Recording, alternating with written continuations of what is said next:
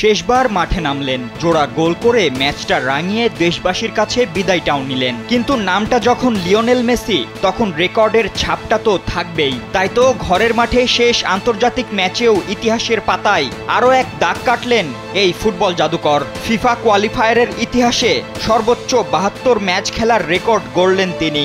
শুধুই কি তাই, পুরো এস্তাদিও মনুমেন্টাল যখন ভালোবাসা আর আবেগে ভাসছে, ঠিক তখনই একের পর এক রেকর্ড গড়ে যাচ্ছেন আর্জেন্টাইন মহানায়ক। ভেনেজুয়েলার বিপক্ষে মাঠে নেমে সর্বোচ্চ ম্যাচ খেলার পাশাপাশি কোয়ালিফায়ারের ইতিহাসে সর্বোচ্চ গোলদাতার রেকর্ডটাও নিজের করে নিলেন তিনি। বর্তমানে কোয়ালিফায়ারে মেসির সংগ্রহ ৩৭ গোল, যার মধ্য দিয়ে মেসি পেছনে ফেলেছেন লুইস দিয়াজকে। ওয়ালটন এখন দেশের সীমানা পেরিয়ে পৌঁছে গিয়েছে ৫০টিরও বেশি দেশে। ওয়ালটন, ঘরে ঘরে বিশ্বজুড়ে। যদিও এর আগেও মেসি এই কৃতিত্ব অর্জন করেছিলেন ২০১০ সালে দক্ষিণ আফ্রিকা বিশ্বকাপের পর। তবে ঘরের মাঠে শেষ অফিসিয়াল ম্যাচে রেকর্ডগুলোর গুরুত্বটা তো থাকে কিছুটা ভিন্নই।